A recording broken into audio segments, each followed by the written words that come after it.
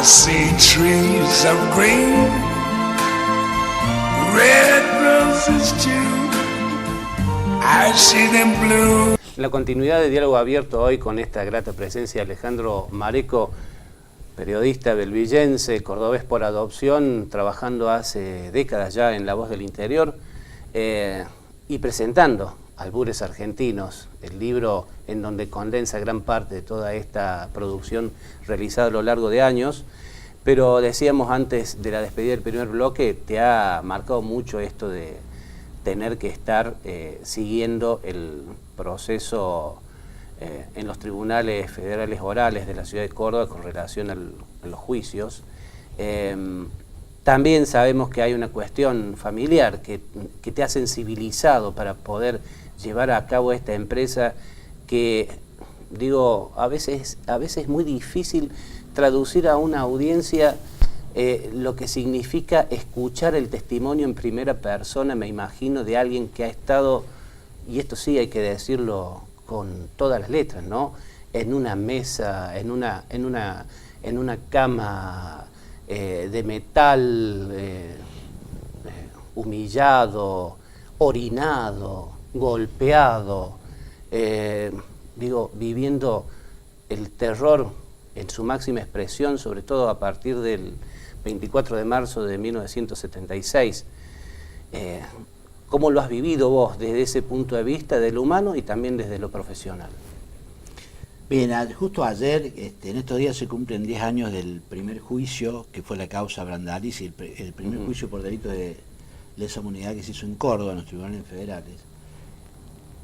Y ayer en el Archivo Provincial de la Memoria se le hizo entrega a los testigos de aquella primera causa del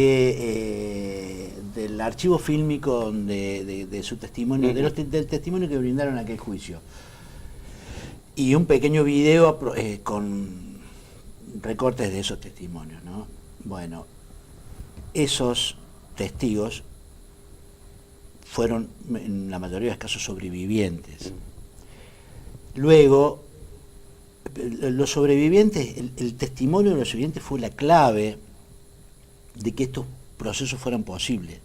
Aquellos que vieron el infierno por dentro, que yo en una columna del domingo pasado ponía que escribía que una cosa es el infierno, vivirlo es intransferible, intransmitible, incontable, y otra cosa es lo que se puede decir del infierno. Bueno, de todos modos, estos sobrevivientes, que en el caso de La Perla son un grupo de 17 personas aproximadamente, fueron el eje sobre lo que se pudo sustentar los procesos de memoria, verdad y justicia.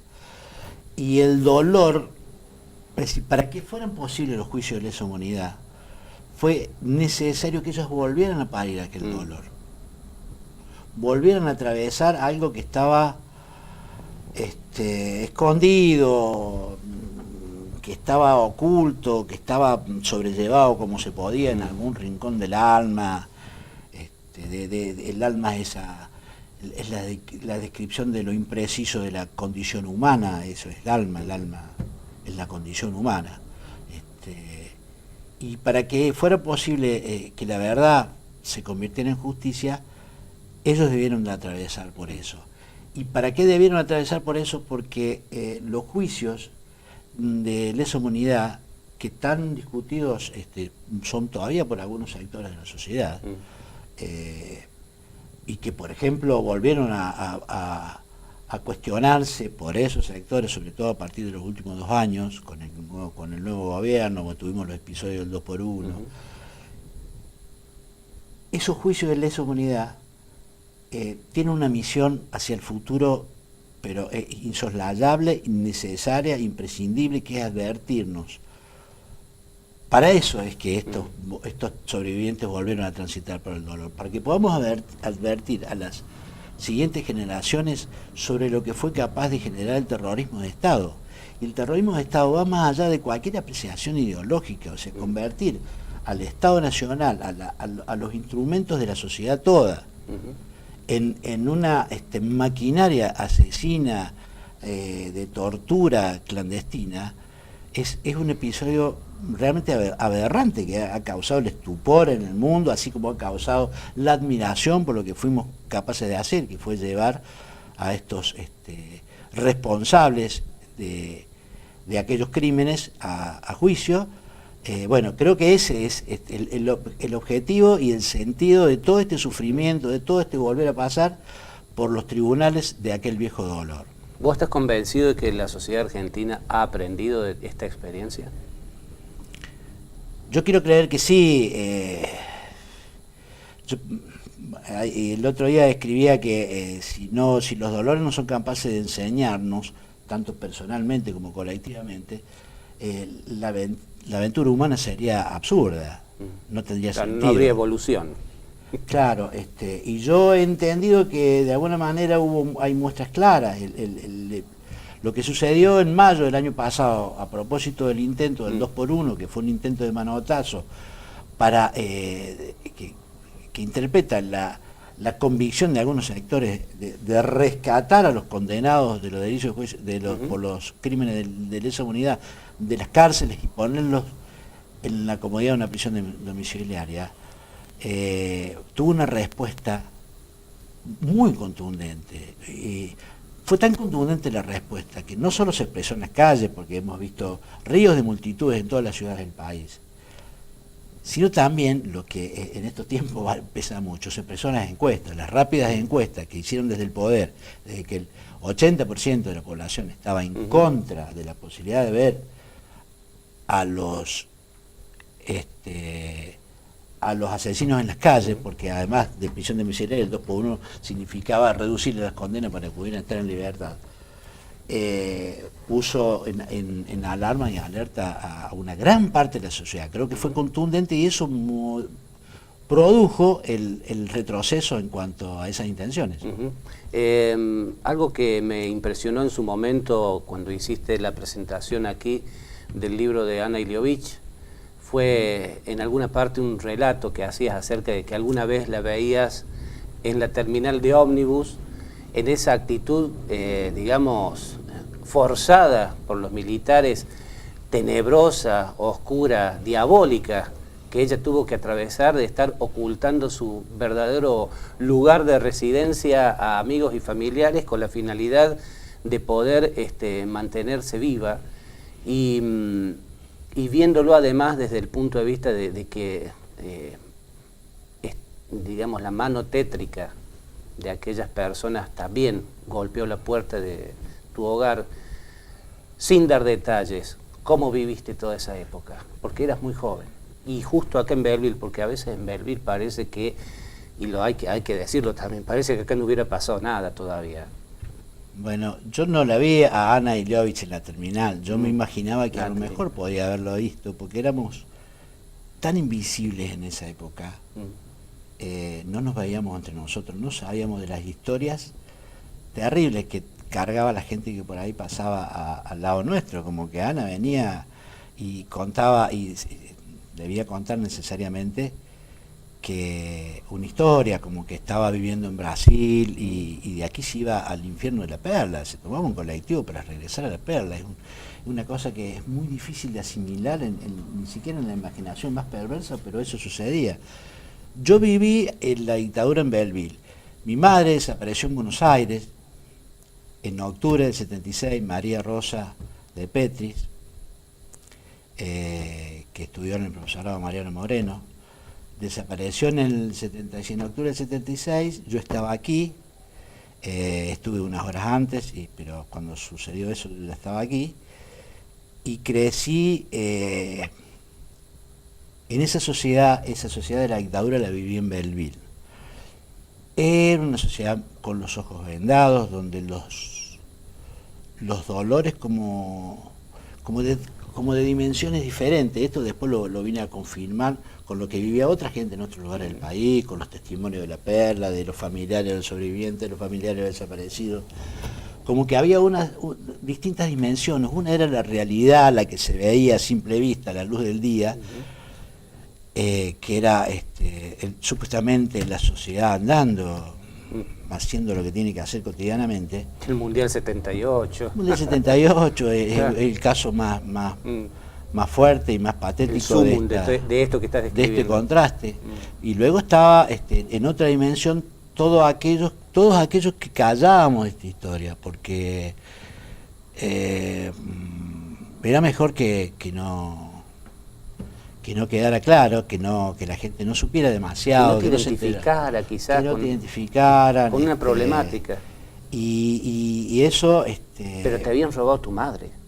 sí, y era muy difícil pelear contra eso. Yo aquí en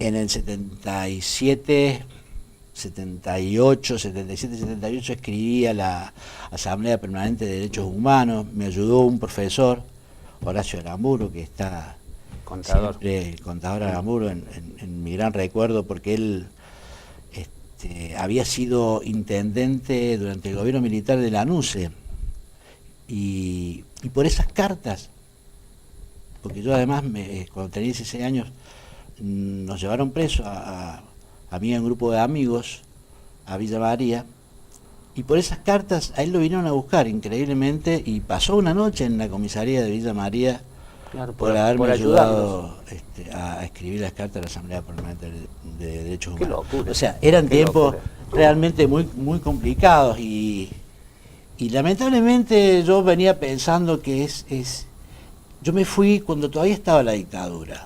No pude vivir en Belleville la llegada de la democracia, el 83, esa primavera, ese tiempo de libertades que tan difícil había estado aquí. Sin ella había sido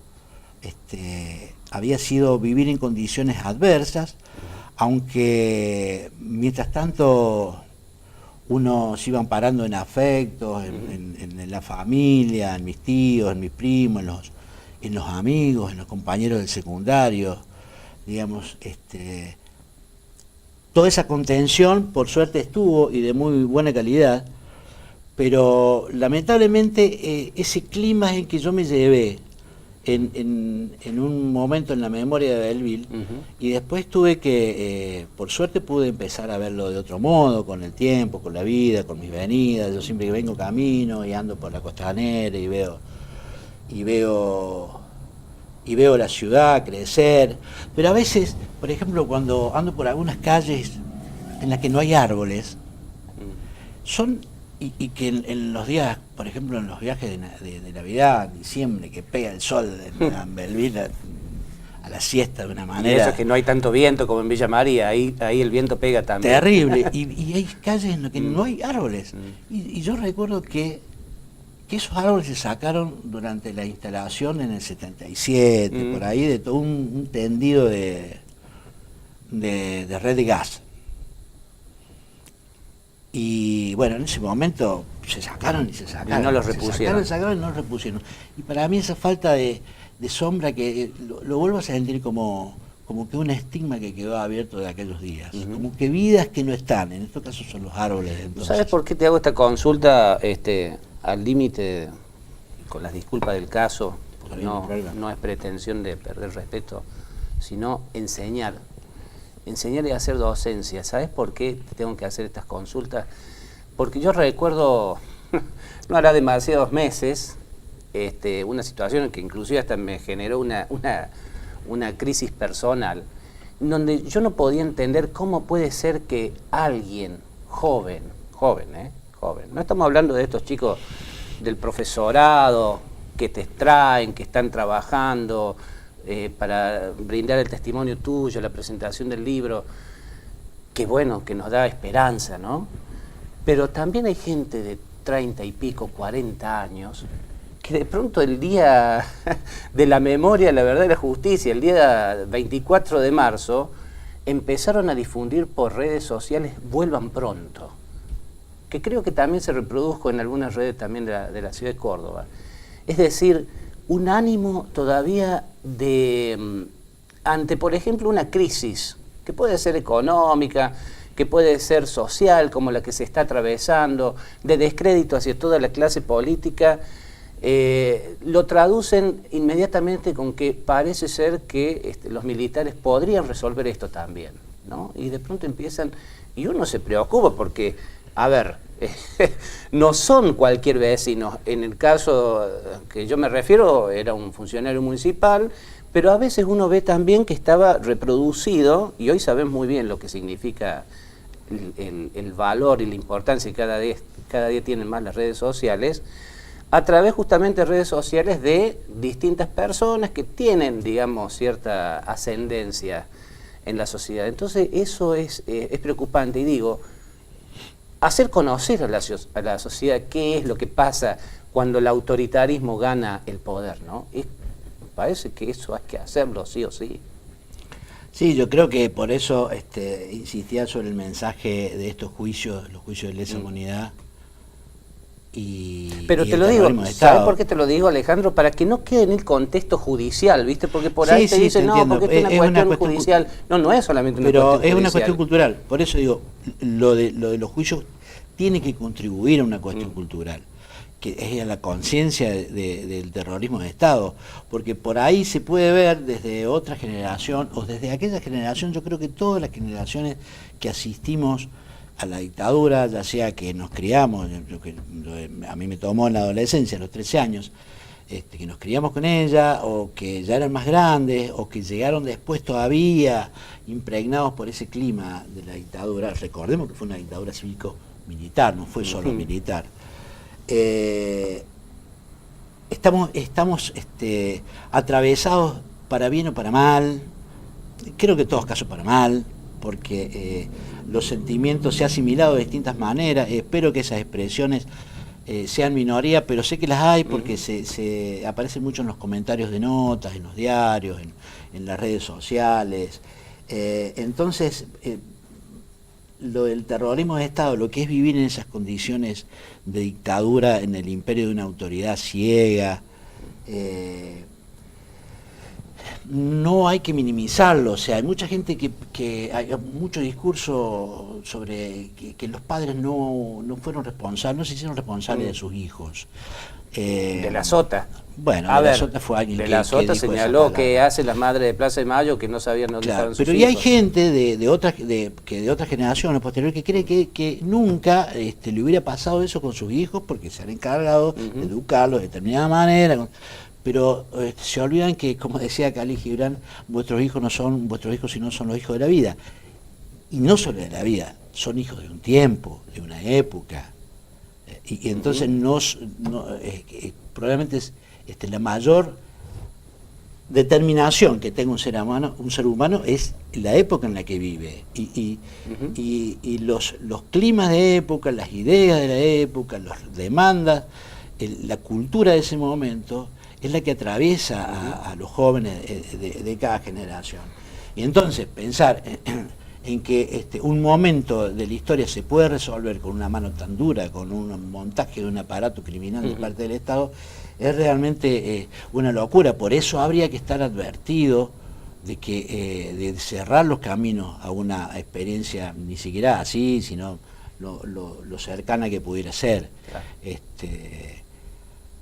Esa es la batalla cultural.